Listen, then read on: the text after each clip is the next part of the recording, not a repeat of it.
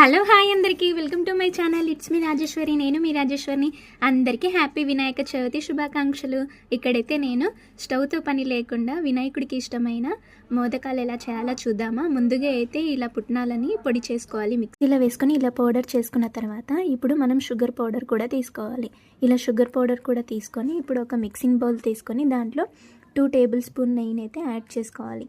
ఇలా నెయ్యిని యాడ్ చేసుకున్న తర్వాత మనం ఇందాక షుగర్ పౌడర్ మిక్సీకి పట్టుకున్నాం కదా, సో ఆ షుగర్ పౌడర్ని ఒక 2 స్పూన్స్ అయితే వేసుకున్నాను. ఇలా వేసుకొని ఈ నెయ్యిని ఈ షుగర్ పౌడర్ని బాగా మిక్స్ చేసుకోవాలి. ఇలా బీట్ చేస్తూ అది మొత్తం క్రీమ్లా అవ్వాలి. అలా క్రీమ్లా అయ్యే వరకు అలా కలుపుతూనే ఉండాలి. ఇలా బాగా బీట్ చేసుకున్న తర్వాత మనం పుట్నాల పౌడర్ ఉంది కదా, సో దాన్ని ఈ క్రీమ్లో వేసుకోవాలి. ఇలా వేసుకొని బాగా చేతితో నీట్గా కలుపుకోవాలి. మీరు ఎన్ని చేసుకోవాలనుకుంటే అంత క్రీమ్ ఎక్కువ చేసుకొని ఇలా పౌడర్ వేసుకొని ఇలా బాగా కలుపుకోవాలి. ఇలా కలుపుకున్న తర్వాత ఒక 10 నిమిషాలు అయితే మూత పెట్టి పక్కన ఉంచాలి.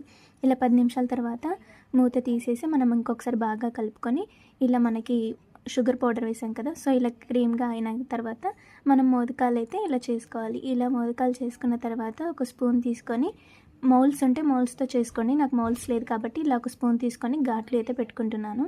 ఇలా మోదకాలు అయితే సింపుల్గా ఇలా మంచిగా దేవుడికి ప్రిపేర్ చేసుకోవచ్చు. చాలా టేస్టీగా ఉంటాయి.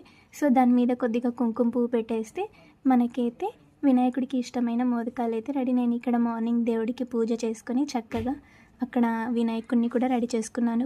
పసుపుతో వినాయకుడిని కూడా రెడీ చేసేసుకొని పూలు పెట్టేసి నీట్గా దీపారాధన చేసుకొని నేను చేసిన ప్రసాదాలు అయితే దేవుడికి పెట్టేశాను. ఇక్కడ ఈరోజైతే ప్రసాదాలు మోతిచూర్ లడ్డు, పులిహోర, ఉండ్రాల పాయసం, ఇక్కడ మోదకాలు, ఇంకా ఉండ్రాళ్ళు, ఫ్రూట్స్ అన్నీ పెట్టేసి పూజ అయితే కంప్లీట్ చేసుకున్నాను. నేనైతే ఇలా అలంకరించుకున్నాను దేవుడిది.